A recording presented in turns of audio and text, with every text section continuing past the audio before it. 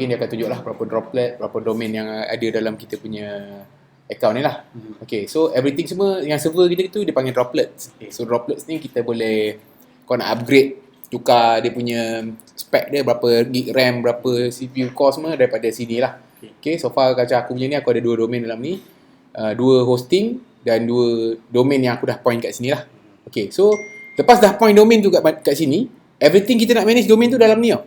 Oh, bukan dekat droplet manage dekat Manage macam ni lah. Contoh kata benda ni sama macam Cloudflare. Cloudflare kan kita boleh tambah.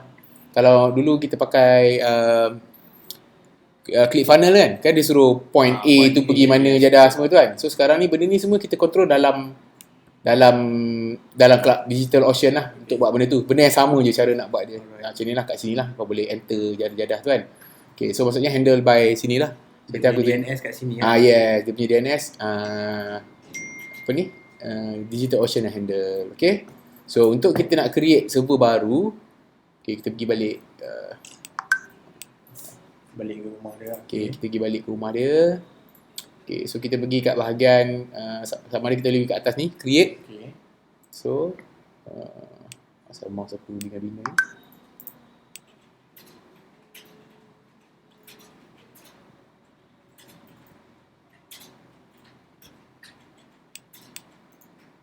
Okay. Kau tekan create ni lah, droplets. Droplets ni kan create cloud server kan. So kita tekan create droplet lah. Okay. Teruk benar aku punya.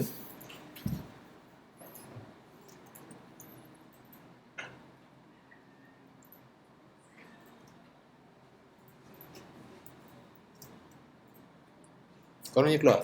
Dah kan?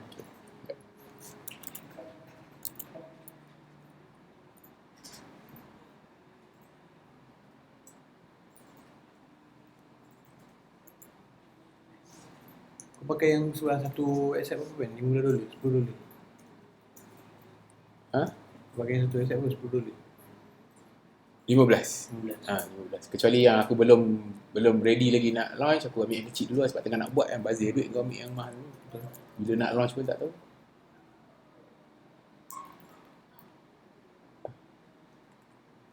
Wih, tak boleh siap asal ni.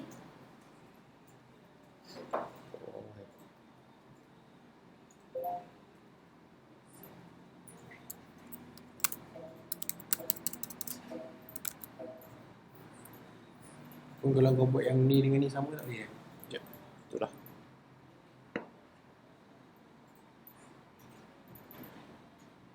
Okay. Betul lah tak? Power lah kau. Okay, so pergi kat create droplets. Okay, so dia akan keluar droplet ni lah kan. Okay, so dekat sini tak payah pening-pening kepala nak pilih Ubuntu ke CentOS ke Linux macam Joe punya tu kan. So tak payah pening-pening fikir benda tu. So kita pergi kat bahagian marketplace. Okay, kat marketplace dekat keywords. Tak payah, aku tak tahu kalau korang nampak terus kat bawah ni dia ada WordPress 5.8 on Ubuntu 20. So aku pakai yang ni lah. So kalau tekan details dia akan bagi explanation lah. So dia akan explain kat sini, maksudnya kita akan set up WordPress 5.8 dalam server kita menggunakan OS Ubuntu lah, Ubuntu version 20.04. Details ni details lah. So dia akan, apa yang dia akan install sekali software dia, ni lah dia install WordPress, Apache ke MySQL server ni semua tu dah included dah. Package, fail to ban, postfix, certbot ni untuk yang SSL. Okay, benda ni, package ni dah ada lah sekali. So kita tak payah nak, maksudnya apa, lepas kita dah set up server ni, automatic WordPress dah ada kat dalam. By default dah ada kat dalam dan terus kita tak payah nak configure dah.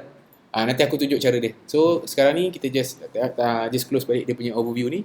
Maksudnya kita dah pilih yang ni kita pilih WordPress 5.8 dengan Ubuntu 20 ni. Maksudnya jadi lah kita tick je lah mana yang kita nak. Tick je sebab yang so far yang WordPress ada yang ni je lah aku nampak. Okay, tak apalah kita just ambil yang ni, aku pun pakai yang ni. Lepas tu yang kat bawah ni add-on lah. Add-on ni aku tak ambil apa pun. Okay, cuma yang kat bawah ni lah. Yang kat bawah ni ialah kita nak pilih plan apa. Okay, plan ni terpulang. Yang tak silap aku ada korang pakai yang $15 sebulan ataupun $20 sebulan, depends. Korang nak pakai yang $15 sebulan ataupun $20 sebulan ataupun $40 sebulan. So far, benda ni depends pada berapa besar kita spend tu lah. $15 per month dengan ni $15-20 ni aku rasa dengan bajet yang kita main sekarang ni lebih kurang ni okey je. boleh support lagi lah. 4 gig ni pun aku rasa besar. Aku rasa 10,000 X pun boleh tampung Dia boleh lagi tapau ni. lagi. Boleh tapau lagi. Lepas tu dia ada dua. Satu regular Intel with SSD, yang ni premium Intel with NVMe SSD. NVMe ni lagi laju lah speed dia daripada SSD biasa. Okay, dia tak silap aku lagi, kalau ikut speed pun dia 30 kali lagi laju daripada SSD biasa. So harga dia lebih sikit je, lebih $4. Lebih $4, lebih $4 sebulan lah. Okay. Tapi yang suggested kita ambil regular je lah. Nak murah sikit, kalau ada nak pakai premium, aku tak reti nak cakap beza dia premium punya dengan SSD punya feel lah. Aku tak pernah test pun lah dia punya dari segi page loading speed ke apa semua, tak pernah test lah, aku tak ada data benda tu. Tapi ambil SSD, aku ada satu pakai regular, satu aku pakai NVMe ni. Okay, aku ambil dah $15 punya. Okay, so katalah aku ambil yang $15 punya. Okay, aku ambil yang regular Intel, $15 sebulan. So kita akan pakai 2 gig RAM dan 2 gig CPU. Okay, tapi kalau korang tengok kat sini, dia adalah shared CPU. CPU dia maksudnya aku tak tahu macam mana dia beza kan, shared CPU dengan dedicated CPU. Nampak beza So kalau dedicated CPU kita pilih general purpose ni, dia dah bagi lah harga lain lah pula. So ni yang dedicated CPU, ataupun kita ada package yang macam ni lah. Package dia lain sikit lah. Tapi yang ni semua jenis lagi up lah. Tengok dia punya spec pun kau 8GB RAM, 2GB CPU macam tu lah. So memang lagi atas punya ni untuk traffic yang lagi besar. Okay, so basic duduk kat sini pun so far okay lah. Okay, aku ambil yang basic untuk kita punya okay lah kan? betul. So aku pakai yang $15 per month. Okay, add block storage ni tak payah, tak ada tambah storage apa-apa lagi. Okay, so kat bawah ni ialah choose data center region. Data center region ni tolong pilih yang paling dekat dengan kita. Lokasi yang korang boleh nampak kat sini yang paling dekat dengan kita. Kata kita memang duduk sebelah India, pilihlah Bangalore. Sekarang kita punya Malaysia sebelah dekat dengan Singapura, ambil Singapura lah. Okay, data center ni kenapa penting dekat dengan kita? Bukan dekat dengan kita, dekat dengan target market customer. Contoh, customer banyak serve website daripada Malaysia. So paling dekat data center ni maksudnya file tu duduk dia dekat negara mana? File yang actual server tu dia store kat mana? Ibaratnya file kita sekarang dekat Singapura. Kita nak request file kan dia lalu internet. Pergi Singapura, dapat balik tak? Kalau kita letak kat New York, tak kejauh nak pergi. Dapat sikit lah, dia kena travel pergi New York dulu ambil data. Macamnya kita kena tunggu few second dulu. Tunggu few second baru dia respon, baru file tu dia transfer balik. Memang speed connection transfer tu laju. Tapi sama juga dia nak travel pergi ke New York tu, tempoh masa compare dia nak pergi ke New York dengan compare nak pergi ke Singapura, lagi dekat Singapura. Macam tu lah. Kalau ada Malaysia, pilih Malaysia terus. Okay, so pada ada Singapura je lah. Okay, so kita akan ambil Singapura. Lepas tu dekat bawah ni, authentication ni, kita pakai password. Okay, password ni, korang create root password. Root password ni tolong simpan masing-masing. Maksudnya ni ibarat master key untuk masuk ke hosting ni.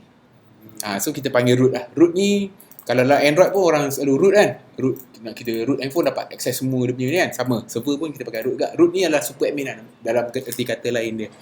So kalau kau ada root password, maksudnya kau ada super admin punya password lah. Master key untuk masuk ke dalam hosting tu. So korang create root password korang. Password requirement dia kena 8 karakter panjang dia, kena ada satu letter, satu number. Kena ada satu uppercase, satu number. Dan tak boleh berakhir menggunakan nombor ataupun special character. Macam tu. So korang create lah korang punya password. Apa tu? Root password tu. Create. Sekejap. Pergi dengan group.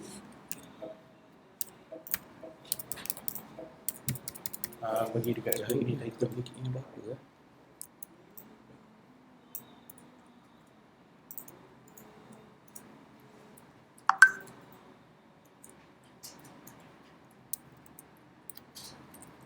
Dan password ni untuk yang domain yang kita nak masuk ni je lah, betul? Ya, betul. Domain lain, password lain. Domain lain, password lain. Sebab ini adalah ibaratkan kita nak create droplet ni. Password untuk droplet ni. Password ni untuk apa tahu? Contoh kata nanti kita nak restart server. Kau kena tahu password root ni. Kau nak buat something, nak adjust, nak tuning hosting ni. Kau kena tahu benda ni. Contoh orang nak minta untuk support. Technical support akan minta apa access root kau. Dia nak masuk. So benda ni lah kau kena bagi kunci ni kat dia. Okay? So bila dah create tu, dekat bawah ada additional option. Additional option ni aku hanya ambil monitoring sebab dia percuma. Aku ambil IPv6. Itu saja. Okay. So kat bawah dia tanya nak create berapa droplet. Aku pun tak adalah letak droplet satu je. Hostname, okay, hostname ni biasanya aku akan letak nama domain lah. Domain terus, nama domain kita terus. Contoh aku letaklah kata domain aku abc.com contoh. Ataupun tapi apa nama kita punya website tu? astrahub.org. Contoh kan astrahub.org. Contoh aku tunjuk cara kita buat astrahub.org. Okay. So macam ni lah. Aku letak astrahub.org. Aku punya hostname lah. Okay, text ni semua aku tak letak apa-apa. Select project. Kalau project ni kalau untuk kita nak manage berapa server kita dalam benda ni lah tu kita nak manage lah. Kalau kau ada nama-nama projek, contoh macam ni, projek Astrahub. Semua website Astrahub dalam projek ni. Semua projek kata produk lain pula, website dia dalam projek tu. Macam tu lah contoh. Okay, so dah tak ada apa dah. Next kau tekan je create droplet. Okay. So bila kita tekan create droplet, okay, dia akan create lah kat sini. Nampak dia tengah create droplet kita. Macam kau cakap, macam kau ada bawa tu domain kan? Macam kau bawa tu ada domain kan? Bawa domain aku tak ada. Korang belum masukkan lagi. Korang tak masukkan kat sini untuk manage benda tu. Dia tak masukkan lah. Dia tak. Domain tu dia hanya pointkan ke website dia ke sini je. Yang lain tu semua manage tempat lain. DNS dia pakai Cloudflare lah. Tempat yang sebelum ni pakai Cloudflare. Ya. Macam aku tak pakai Cloudflare. Aku terus daripada GoDaddy. Sebelum ni GoDaddy DNS. So sekarang GoDaddy kau point kat sini DNS. So sini yang manage. Sini yang handle semua. Sini yang handle semua. So benda tu duduk pun okey boleh ke? Boleh, tak ada masalah. Dia tak ada yang betul, tak ada yang salah. Okey, tak apa, kita ikut seafood bank aja.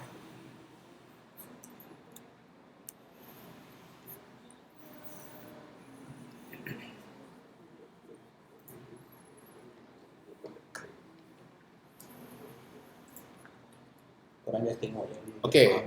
So droplet ni dah siap. Cuma dia akan ada kat sini, dia ada bagi satu IP kalau korang pesan. Korang akan dapat IP lah. Okay, so korang boleh copy IP tu, pergi buka tab baru, korang paste je IP tu dekat address bar. Okay, so korang akan nampak macam ni lah. Login to your droplet with SSH to configure ni. Maksudnya droplet ni dah run lah. Kau bagi IP ni kat siapa-siapa pun orang boleh buka page ni. Okay, sebab dia tak ada domain lagi. Okay, korang kena ingat domain adalah sebenarnya alamat untuk IP address ni. Cuma kita dalam bagi mudah nama nak ingat lah. Astrahub.org sebenarnya dia ni nombor dia. Cuma bila kita buat yang domain DNS propagation tu ialah untuk point kan nama.com tu ke sini. IP ni. So tak ada lah. IP ni kita tak nombor tu. Yes, nama yang mudah diingat macam itulah. Okay, tapi konsep belakang dia sama, dia must by nombor ni, IP ni. Okay, so next kalau korang tutup balik ke? Biar je. So kalau korang tekan get started sini, get started dia akan bagi tahu lah apa yang dia dah buat tadi. Apa yang time dia create droplet tu, apa dia dah buat, dia dah bagi tahu lah configuration dia. Sekejap Hai, Assalamualaikum. Saya Danny. Ni sekejap aku tengah record video aja. Saya tak semua.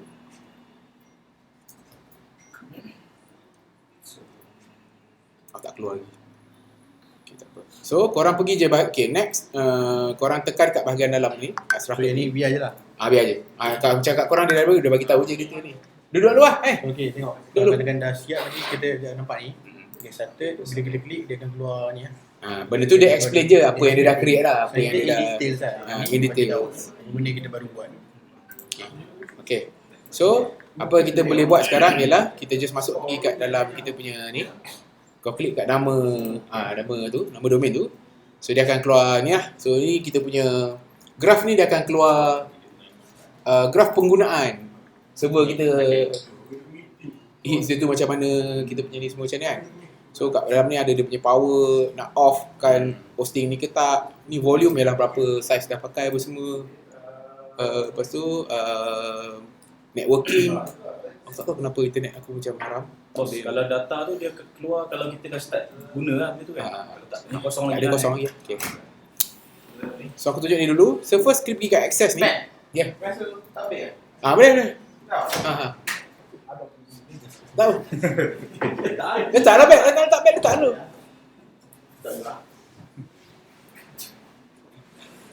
Okay. So dekat access ni, okay. Ni bila kita menggunakan WordPress as image tadi tu, kan kita pilih WordPress kan. So step Nego. Lepak dalam dulu.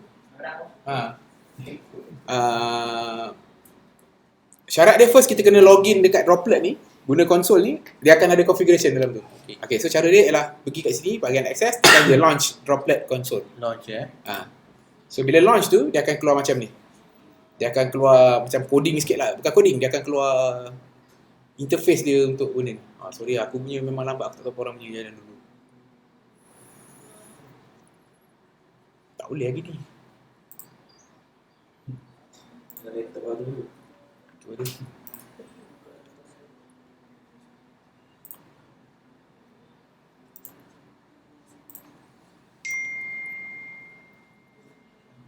Okay, so dia akan kata dari situ. Okay, sekejap tunggu connecting to droplet. So kat sini korang kena baca arahan dia betul-betul lah. Dia akan tanya. Okay, dia akan tanya arahan. Okay, so sekarang ni dia tanya. Sekarang ni dia atas ni dia bagi tahu ada setup kita punya website semua, file dia semua kat mana ni. Tak payah peduli, tak apalah, kita bukan developer nak ambil tahu kan.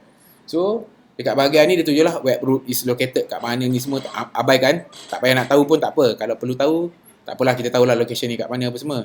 So dia kata WordPress site kita ni yang URL dia. HTTP 157.230.49.238 ni. Kat mana? Ni atas ni. Ada atas sikit dia ada bagi tahu IP kita semua tu kan. Ada dalam tu lah. Okay. Okay, so next dia kata to enter the domain name for your new WordPress site. So do not include www or https. Okay. Nama domain tu sahaja. Domain Sebagai contoh aku masuklah. Domain aku astrahe.org. Contoh. Okay. Dah kita dah key in nama kat situ, enter je lah. Enter je. Okay, so sekarang dia kata okay, dia dah register kan. Okay. Lepas tu dia kata sekarang dia akan create your new admin user for dia akan nak create admin baru. Okay. So admin baru apa email dia? Email dia email tekun lah. Okay. Ni email admin tau. Email admin WordPress. Okay. Alright. So enter je. So dia tanya username. Username apa? Contoh. Okay. Enter. Password. Apa password kita nak bagi untuk admin tu? Dah siap? Ni apa dekat WP admin tu betul?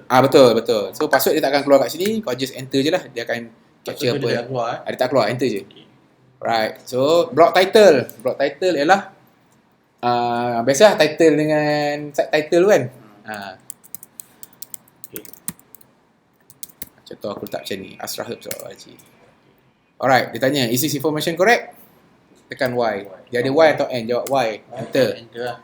Okay. So sekarang ni dia tanya, would you like to use Let's Encrypt to configure SSL? Maksudnya kau nak pakai HTTPS tak untuk website kau ni? So kalau kau nak, just tekan Y. Yes. So supposedly memang kita kena pakai lah kan? Yes. Tekan je Y. Yes. Maksudnya Y tu tak ada masalah, huruf besar, huruf kecil. tak ada masalah. Okay, so sekarang dia kata enter email address untuk renewal and security notice. Maksudnya untuk apa-apa notification daripada server ni nak hantar kat mana. So aku pun letaklah email aku. Okay, contoh. Okay, macam ni. Ginilah. Alright. So dia tanya, okay, dia suruh kau agree terms and condition. Kita just type A untuk agree, C untuk cancel. So A je lah. A, enter. So sekarang dia tanya, nak share, kau willing to share tak email kepada apa benda tu untuk ni terpulang. Kau nak share, tak nak, and yes, no. Yes untuk ya, and untuk no. Okay. Dia kata, which name would you like to activate HTTPS for? Yang satu ke yang dua? Ada www ke tak ada www? So aku ambil satu, tak ada www. Okay. So aku akan pakai tak ada www. Okay, dia buat kerja dia kejap. Dia buat kerja dia kejap. Okay, dia kata waiting for verification. Alright, dia kata completing the WordPress configuration. Okay, dia tengah install sikit benda lagi. Install plugin success. Yang merah ni memang abaikan je dekat atas ni. Yang kat atas ni ada merah. Abaikan je lah. Apa dia kata so merah tu apa? Challenge fail for domain hosting aku. Aku rasa sebab domain ni kita pernah connect ke somewhere. Domain ni pernah connect dekat hosting lain sekarang ni. Aku pun sama lah, aku lepas tu. Patutnya dia tanya, kau nak redirect tak? Okay. So, sekarang ni dia kata to access your new WordPress site, access your new WordPress site in the browser to continue. Maksudnya, dah settle lah yang kat sini. So, tadi kan ada benda ni. Ada yang IP tadi ni yang dia keluar yang ni kan. Cuba refresh. Okay. Disebabkan aku punya domain ni adalah di tempat lain. So, file dia akan jadi bengong. Macam kau dia akan keluar betul. Sebab kau ada domain, mungkin domain baru ataupun kau pakai nama domain lain kan. Macam tu. So kita lepas ni lepas tu apa kita boleh buat ialah kita pergi kat bahagian okay. Kau rekod daripada awal. Aku rekod pada awal. Latihan tu sekali.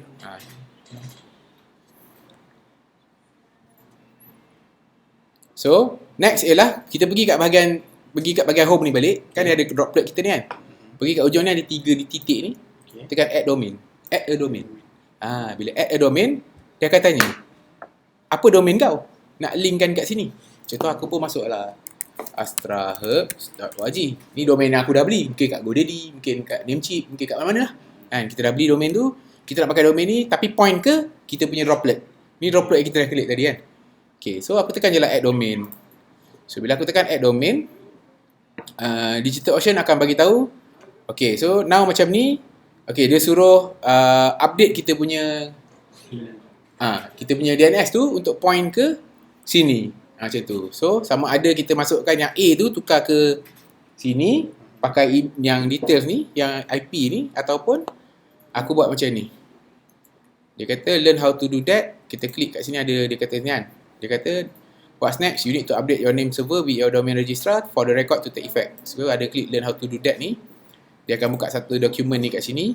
Okay, so kat sini kita tengok macam contoh aku pakai GoDaddy. GoDaddy ada tunjuk cara dia. Masuk kat GoDaddy, masukkan ni name server dia, ns1.digitalocean.com, ns2, ns3. Dah settle tu save. Lepas tu settle dah. So kat sini pun lepas kita dah masuk tu, nanti dia akan, itulah propagation yang dia kena tunggu 24 hours tu. Untuk maksudnya nak pointkan domain tu pergi ke host server baru yang kita baru create tadi. Bila dah siap je domain tu propagate, korang masuk nama domain dan terus akan nampak website yang kita baru install tadi tu. Terus dah boleh pakai dah. Tak payah nak godek apa dah. Benda tu dah ready dah. Terus jalan pada server baru dan laju lah. Lepas tu korang bila nak pakai cache, boleh pakai WP Rocket ke, Lightspeed Cache ke. Okay juga. Itu je lah cara untuk set up server. Tentu je. Itu je. Itu